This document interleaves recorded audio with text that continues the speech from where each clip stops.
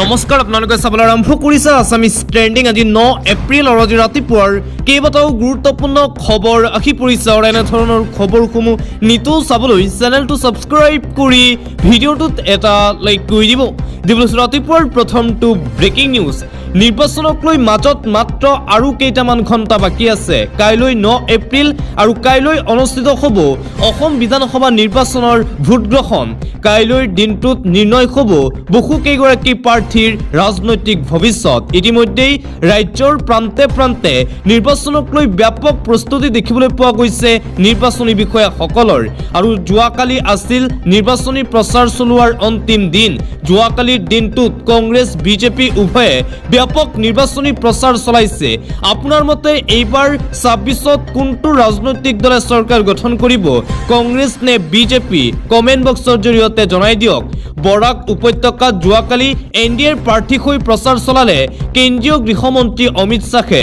বৰাক উপত্যকাৰ নিৰ্বাচনী সভাত কংগ্ৰেছে অনুপ্ৰৱেশকাৰীক ৰঙা দলিচা পাৰি দিয়াৰ অভিযোগ তোলে কেন্দ্ৰীয় গৃহমন্ত্ৰী অমিত শ্বাহে। অসমত এনডিএৰ চৰকাৰ গঠন হ'লে বাছি বাছি অনুপ্ৰৱেশকাৰীক খেদি পঠোৱাৰ পুনৰবাৰ হুংকাৰ প্ৰদান কৰিছে গৃহমন্ত্ৰী অমিত শ্বাহে। সামৰণি পৰিল ২০২৬ চনৰ বিধানসভা নিৰ্বাচনৰ প্ৰচাৰ প্ৰক্ৰিয়া। যোৱাকালি সন্ধিয়া ৫ বজাৰ পিছত নিষিদ্ধ হ'ল প্ৰচাৰ সভা। প্ৰচাৰৰ অন্তিম দিনটোতো যোৱাকালি ৰাজ্যজুৰি ৰাইজৰ কাষত থিয় হৈ ভিন্ন প্ৰতিশ্ৰুতি দিলে প্ৰাৰ্থীসকলে। এতিয়া ৰাইজৰ হাতত প্ৰাৰ্থীসকলৰ ভাগ্য।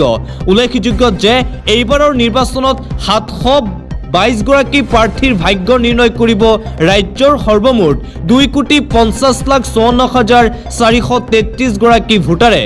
অহা ৯ এপ্ৰিল অৰ্থাৎ কাইলৈ হ'বলগীয়া ভোটদান প্ৰক্ৰিয়াত সকলোকে গণতন্ত্ৰৰ এই পবিত্ৰ দিনটোত অংশগ্ৰহণ কৰিবলৈ আহ্বান জনাইছে নিৰ্বাচন আয়োগকে ধৰি ৰাজ্যৰ সচেতন সমাজে। কাইলৈ দিনটো অসমৰ বাবে এক গুৰুত্বপূৰ্ণ দিন, কিয়নো কাইলৈ ৯ এপ্ৰিল তাৰিখেই অনুষ্ঠিত হ'ব ২০২৬ চনৰ অসম বিধানসভা নিৰ্বাচন।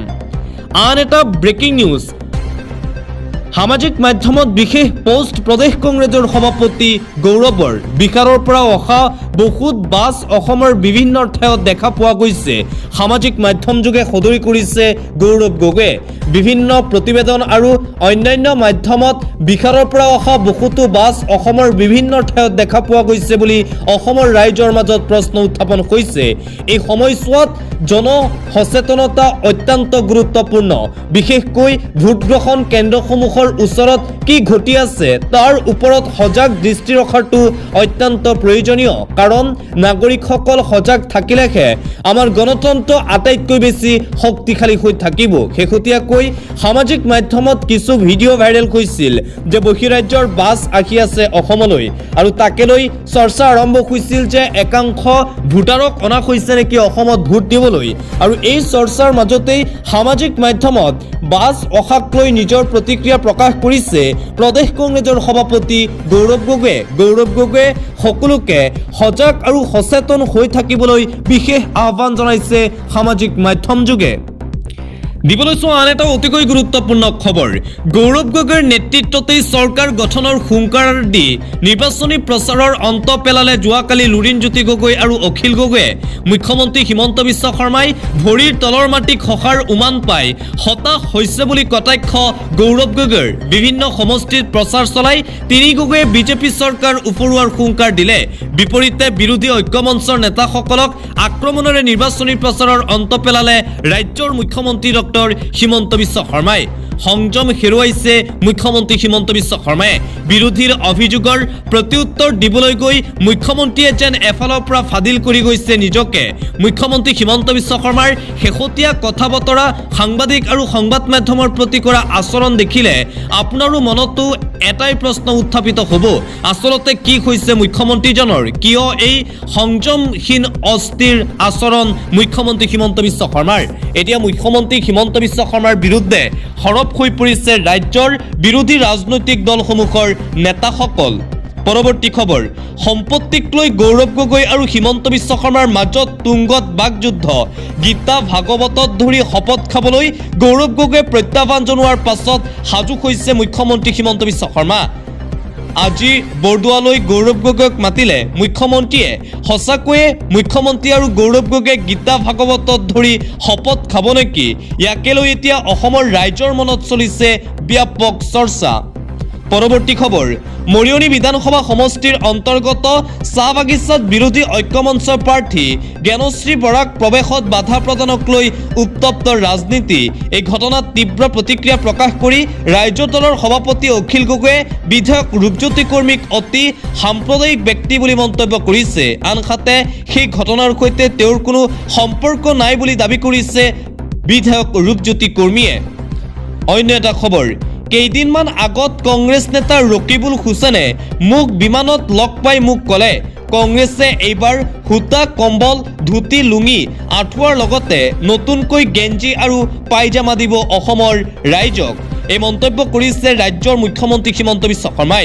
শেহতীয়াকৈ মুখ্যমন্ত্ৰী হিমন্ত বিশ্ব শৰ্মাই সামাজিক মাধ্যম আৰু সংবাদ মাধ্যমৰ আগত ৰকিবুল হুছেইনক লৈ এইদৰে মন্তব্য প্ৰকাশ কৰে। আন এটা গুৰুত্বপূৰ্ণ খবৰ, ৰাজ্যত অব্যাহত আছে নিৰ্বাচন কেন্দ্ৰিক হিংসাত্মক ঘটনা। সমৰ্থকক আক্ৰমণ, প্ৰচাৰত বাধা, কাৰ্যালয় লণ্ডভণ্ড আদিৰ মাজতেই এইবাৰ সংঘটিত হৈছে আন এক নিকৃষ্ট কাণ্ড।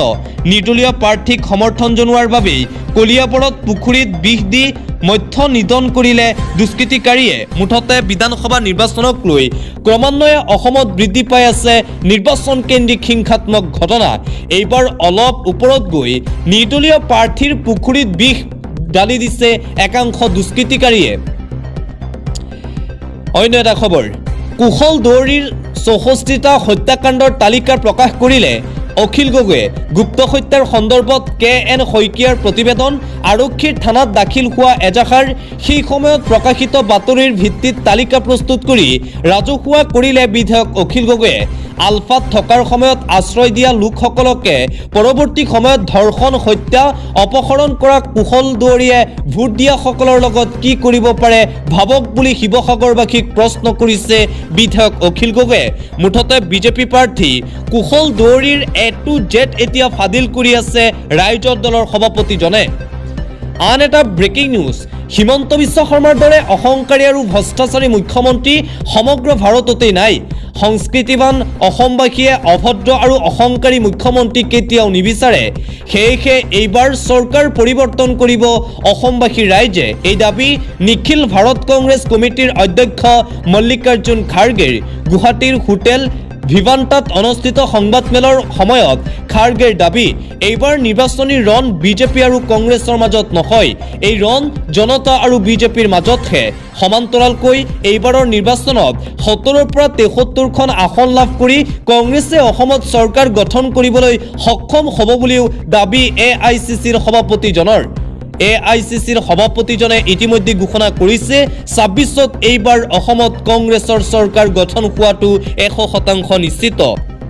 পৰৱৰ্তী খবৰ, দিছপুৰত মীৰা বৰঠাকুৰৰ হৈ নিৰ্বাচনী প্ৰচাৰত নামিল কংগ্ৰেছৰ ষ্টাৰ কেম্পেইনাৰ কানহায়া কুমাৰ। কানহায়া কুমাৰ অসমত ব্যস্ত আছে নিৰ্বাচনী প্ৰচাৰ চলাবলৈ।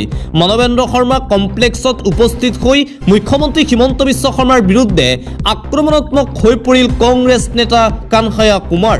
হিমন্ত বিশ্ব শৰ্মা আৰু বিজেপি চৰকাৰৰ বিৰুদ্ধে কেইবাটাও ভয়ংকৰ অভিযোগ উত্থাপন কৰিছে কংগ্ৰেছ নেতা কানহায়া কুমাৰে।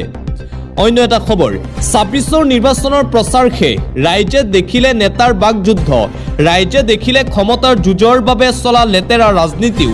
কিন্তু 2026ৰ নিৰ্বাচনৰ প্ৰচাৰত এক ব্যতিক্ৰমী হৈ এক প্ৰকাৰ নজিৰ স্থাপন কৰিলে এগৰাকী প্ৰাৰ্থীয়ে। নাম তেওঁৰ মৃণাল শইকীয়া, বিধায়ক খুমঠাইৰ। নিৰ্বাচনৰ দিন ঘোষণাৰ পাছৰে পৰা মৃণাল শইকীয়াৰ যি প্ৰচাৰ, সেই প্ৰচাৰে অসমৰ নিৰ্বাচনী প্ৰচাৰৰ ইতিহাসত ব্যতিক্ৰমী হিচাপে স্থান লাভ কৰিলে। নাই নিৰ্বাচনী সভা, নাই প্ৰতিশ্ৰুতিৰ ফুলজুৰি। ৰাইজৰ লগত থাকি ৰাইজৰ কাম কৰি কিদৰে জনতাৰ মন জয় কৰিব পাৰি তাকেই দেখুৱালে খুমটাইৰ বিজেপি বিধায়ক মৃণাল শইকীয়াই। পৰৱৰ্তী খবৰ, পাতালত থাকিলেও পৱন খেৰাক বিচাৰি অনা হ'ব বুলি হুংকাৰ প্ৰদান কৰিছে মুখ্যমন্ত্ৰী হিমন্ত বিশ্ব শৰ্মাই। কিন্তু তাৎপৰ্যপূৰ্ণভাৱে পৱন খেৰা হায়দৰাবাদত থকা বুলি গম পায়ো দিল্লীলৈহে গ'ল অসম আৰক্ষী। পৱন খেৰাক নাপাই দিল্লীস্থিত বাসগৃহৰ পৰা আৰক্ষীয়ে জব্দ কৰিলে নথিপত্ৰ। ইয়াকে লৈ মুখ্যমন্ত্ৰী গৌৰৱ গগৈ আৰু অখিল গগৈ, মল্লিকাৰ্জুন খাৰ্গেৰ মাজত বাকযুদ্ধ। আৰু কানখায়া কুমাৰ অসমত আছে আৰু কানখায়া কুমাৰকো হয়তো গ্ৰেপ্তাৰ কৰিব পাৰে। ইতিমধ্যেই পৱন খেৰাক বিচাৰি অসম আৰক্ষীয়ে চলাইছে অভিযান। যিকোনো মুহূৰ্তত গ্ৰেপ্তাৰ হ'ব পাৰে বিতৰ্কিত কংগ্ৰেছ নেতা পৱন খেৰা। গ্ৰেপ্তাৰৰ ভয়ত হায়দৰাবাদত লুকাই আছে পৱন খেৰা। গুৱাহাটীত বসি হুংকাৰ প্ৰদান কৰি এতিয়া অসম এৰি প্ৰথমে দিল্লীলৈ পলাইছিল। তাৰ পিছত যেতিয়া দিল্লীত অসম আৰক্ষী গ'ল তেতিয়া দিল্লীৰ পৰা হায়দৰাবাদলৈ পলাল পৱন খেৰা। গ্ৰেপ্তাৰৰ ভয়ত এতিয়া পলাই পত্ৰং পৱন খেৰাৰ। দিল্লীৰ পৰা হায়দৰাবাদত আত্মগোপন পৱন খেৰাৰ। মোক চেলেঞ্জ কৰি নিজে পলাল পৱন খেৰা। মন্তব্য মুখ্যমন্ত্ৰীৰ। 6 বজাৰ ফ্লাইটত উঠি পলাই গ'ল কংগ্ৰেছ নেতা পৱন খেৰা। ব্ৰহ্মপুত্ৰৰ ওপৰেদি এতিয়া বুকু পানী বাগৰি গ'ল। এৰেষ্ট কৰক বুলি প্ৰত্যাহ্বান জনাইছিল পৱন খেৰাই, কিন্তু পৱন খেৰাই পলাই গ'ল। এতিয়া পৱন খেৰা য'তেই নাথাকক কিয় অসম আৰক্ষীয়ে ধৰি আনিবই। পৱন খেৰাৰ পলায়নক লৈ মন্তব্য মুখ্যমন্ত্ৰী হিমন্ত বিশ্ব শৰ্মাৰ। পাতালত লুকাই থাকিলেও নিস্তাৰ নাই পৱন খেৰাৰ। অসম আৰক্ষীৰ কিমান পাৱাৰ আছে, অসম আৰক্ষী কি সেয়া গম পাব এতিয়া পৱন খেৰাই। মুখ্যমন্ত্ৰী হিমন্ত বিশ্ব শৰ্মা আৰু পত্নী ৰিণিকী ভূঞা শৰ্মাৰ বিৰুদ্ধে যি ভয়ংকৰ অভিযোগ উত্থাপন কৰিছিল আৰু সেই অভিযোগৰ পিছতেই গোচৰ ৰুজু কৰা হৈছিল। গোচৰ ৰুজু কৰাৰ পিছতেই মুখ্যমন্ত্ৰীয়ে দিছিল শংকাৰ যে অসমৰ জেলতেই নিজৰ জীৱনৰ অন্তিম সময় পাৰ কৰিব লাগিব পৱন খেৰা। তাৰ পিছতে অসম এৰি পলায়ন পৱন খেৰাৰ। আন এটা গুৰুত্বপূৰ্ণ খবৰ, চৰাইদেউ সোণাৰীত উত্তপ্ত পৰিস্থিতি। চৰাইদেউ জিলা প্ৰশাসনৰ বিৰুদ্ধে প্ৰতিবাদ গাড়ী চালক হেণ্ডিমেনৰ। 1500ৰো অধিক গাড়ী চালক হেণ্ডিমেনৰ এই প্ৰতিবাদ। ভোটাধিকাৰৰ পৰা বঞ্চিত কৰাৰ অভিযোগ প্ৰশাসনৰ বিৰুদ্ধে। ভোটদানৰ ব্যৱস্থা গ্ৰহণ নকৰিলে গাড়ী নচলোৱাৰ হুংকাৰ প্ৰদান। থকা খোৱাৰ সুব্যৱস্থাও কৰি দিয়া নাই প্ৰশাসনে। প্ৰয়োজনতকৈ কম পেট্ৰল ডিজেল যোগান ধৰিছে। চৰাইদেউ সোণাৰীত মুঠতে উত্তপ্ত পৰিস্থিতি। ভোট বৰ্জনৰ হুংকাৰ দিয়া হৈছে। 26ৰ বিধানসভা নিৰ্বাচনত নিজৰ ভোট নিদিয়ে এইদৰে 1500ৰো অধিক গাড়ী চালক হেণ্ডিমেনৰ তীব্ৰ প্ৰতিবাদ দেখিবলৈ পোৱা গৈছে চৰাইদেউত। চৰাইদেউত এতিয়া প্ৰশাসনৰ বিৰুদ্ধে গাড়ী চালকসকলে একত্ৰিত হৈ তীব্ৰ প্ৰতিবাদ সাব্যস্ত কৰিছে। আন এটা অতিকৈ গুৰুত্বপূৰ্ণ খবৰ আহি পৰিছে। যিকোনো কাৰণতেই নহওক কিয় যোৰহাট লোকসভা সমষ্টিত আমি 50% ভোট পাওঁ। 2016তো 50% ভোট পাইছোঁ, 2021তো 50% ভোট পাইছোঁ। সেইকাৰণে ভাল মানুহক টিকট দিছোঁ, এইবাৰ যাতে 100% যাব পাৰে। যোৰহাট বিধানসভা সমষ্টিৰ ভোটদানক লৈ মন্তব্য কৰিছে মুখ্যমন্ত্ৰীয়ে। এইবাৰ গৌৰৱ গগৈৰ বিৰুদ্ধে যিহেতু বিজেপিয়ে হিতেন্দ্ৰনাথ গোস্বামীক টিকট প্ৰদান কৰিছে, যোৰহাটত এইবাৰ বিজেপিৰ প্ৰাৰ্থী জয়ী হ'ব বুলি আশাবাদী ৰাজ্যৰ মুখ্যমন্ত্ৰী হিমন্ত বিশ্ব শৰ্মা। গৌৰৱ গগৈক পৰাভূত কৰিবলৈ মুখ্যমন্ত্ৰী হিমন্ত বিশ্ব শৰ্মাৰ ৰণকৌশল। আন এটা গুৰুত্বপূৰ্ণ খবৰ, কংগ্ৰেছ সভাপতি মল্লিকাৰ্জুন খাৰ্গেৰ বিৰুদ্ধে বশিষ্ঠ আৰক্ষী থানাত এজাহাৰ দাখিল কৰা হৈছে। বিজেপি RSSৰ বিৰুদ্ধে উচতনিমূলক বক্তব্য দিয়াৰ অভিযোগত FIR দাখিল ৰাজ্যিক বিজেপিৰ। এইবাৰ কংগ্ৰেছৰ ৰাষ্ট্ৰীয় অধ্যক্ষ মল্লিকাৰ্জুন খাৰ্গেৰ বিৰুদ্ধে FIR দাখিল কৰিছে বিজেপিয়ে। ভাৰতীয় জনতা পাৰ্টি RSSৰ বিৰুদ্ধে উচতনিমূলক বক্তব্য দিয়াৰ অভিযোগ উত্থাপন কৰা হৈছে মল্লিকাৰ্জুন খাৰ্গেৰ বিৰুদ্ধে, যাৰ বাবে বশিষ্ঠ আৰক্ষী থানাত FIR দাখিল ৰাজ্যিক বিজেপিৰ। এটা জৰুৰী খবৰ, নগদ ধন দিলে নচলিব, টোল গেটত কৰ পৰিশোধৰ নিয়ম সলনি কৰা হৈছে। টোল টেক্সক লৈ আহি গ'ল এইবাৰ নতুন নিয়ম। দেশৰ টোল গেটত কৰ পৰিশোধৰ নিয়ম সাল সলনি। নগদ ধনেৰে টোল টেক্স পৰিশোধ কৰিব নোৱাৰিব। কেছ মাধ্যমেৰে টোল টেক্স পৰিশোধ হ'ব বন্ধ। UPI আৰু ফাষ্টেগৰ জৰিয়তেহে পৰিশোধ কৰিব পাৰিব টোল টেক্স। যদিহে আপোনাৰ ফাষ্টেগ নাই ভৰিব লাগিব অতিৰিক্ত ধন। UPI জৰিয়তে পে'মেণ্ট কৰিলে ভৰিব লাগিব অতিৰিক্ত ধন। 1.25 গুণ অধিক মাচুল ভৰিব লাগিব ফাষ্টেগ নাথাকিলে। অৰ্থাৎ টোল কৰ 100 টকা হ'লে দিব লাগিব 125 টকা। 10 এপ্ৰিলৰ পৰা প্ৰতিখন টোল গেটত প্ৰযোজ্য হ'ব এই নতুন নিয়ম। পথ পৰিবহণ আৰু ঘাইপথ মন্ত্ৰালয়ে জাৰি কৰিলে এই নতুন নিৰ্দেশনা। 10 এপ্ৰিলৰ পৰা টোল গেটসমূহত এই নতুন নিয়ম প্ৰযোজ্য হ'ব। অন্য এটা খবৰ, মুখ্যমন্ত্ৰী হিমন্ত বিশ্ব শৰ্মাৰ পত্নীৰ বিৰুদ্ধে দেখুওৱা 3খন পাছপোৰ্ট ভুৱা। UAE, ইজিপ্ত আৰু এণ্টিগুৱাৰ পাছপোৰ্ট লোৱা বুলি অভিযোগ আনিছিল কংগ্ৰেছ দলে। তিনিও ৰাষ্ট্ৰই ভাৰত চৰকাৰক আনুষ্ঠানিকভাৱে পাছপোৰ্ট কেইখন ভুৱা বুলি কৰিছে অৱগত। সংবাদ মেলযোগে জনালে বৈদেশিক পৰিক্ৰমাৰ ৰাজ্যিক মন্ত্ৰী পবিত্ৰ মাৰ্ঘেৰিটাই। যোৱাকালি এক বিশেষ সংবাদমেল অনুষ্ঠিত কৰিছিল পবিত্ৰ মাৰ্ঘেৰিটাই আৰু সেই সংবাদমেল অনুষ্ঠিত কৰিয়েই পবিত্ৰ মাৰ্ঘেৰিটাই কৈছে কংগ্ৰেছে অনা অভিযোগ সম্পূৰ্ণৰূপে ভুৱা বুলি ইতিমধ্যেই পৰিচয় হৈছে। পৰৱৰ্তী খবৰ, মধ্য গুৱাহাটীৰ বিজেপি প্ৰাৰ্থী বিজয় গুপ্তাৰ চৰম প্ৰতাৰণাৰ বলি হৈ শ্বিলঙৰ এখন হোটেলত আত্মহত্যা কৰিবলৈ বাধ্য হৈছিল গুপ্তাৰ ব্যৱসায়িক সহযোগী চিজ জেকব।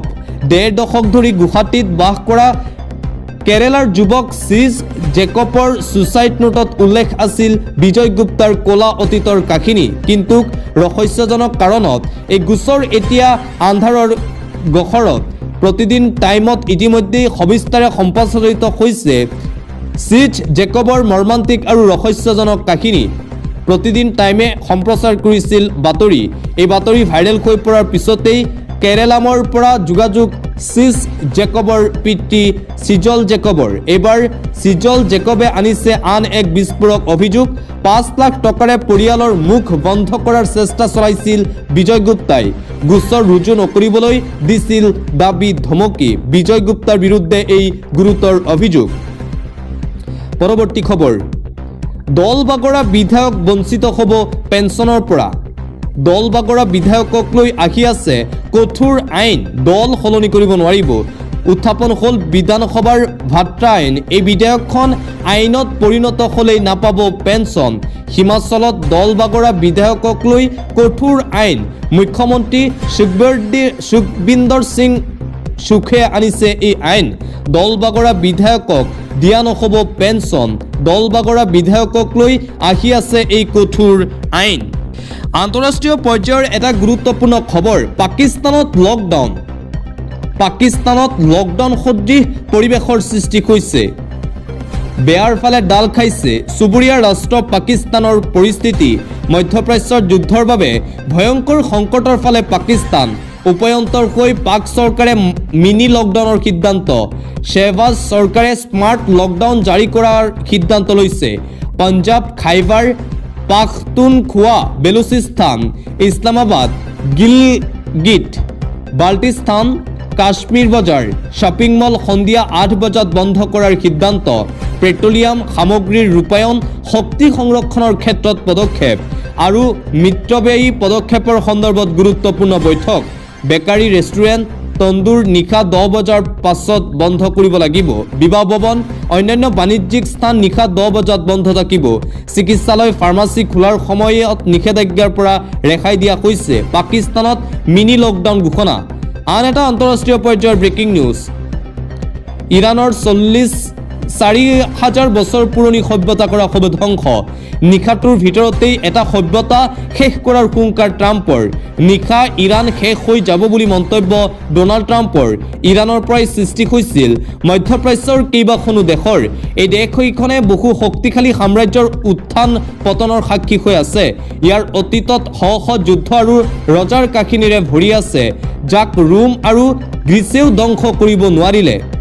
এতিয়া ট্ৰাম্পে ধ্বংস কৰিবলৈ ওলাইছে ইৰাণ। নিশা শেষ হ'ব ট্ৰাম্পৰ ডেডলাইন। ইৰাণৰ ওপৰত চলিব বিধ্বংসী আক্ৰমণ আমেৰিকা যুক্তৰাষ্ট্ৰৰ ফালৰ পৰা। হৰমুজ প্ৰণালী মুকলি নকৰিলে ভুগিব চৰম মূল্য। আমেৰিকাই ব্যৱহাৰ কৰিব পূৰ্বে ব্যৱহাৰ নকৰা মাৰণাস্ত্ৰ। পাৰমাণৱিক অস্ত্ৰ ব্যৱহাৰ কৰাৰো আশংকা কৰা হৈছে।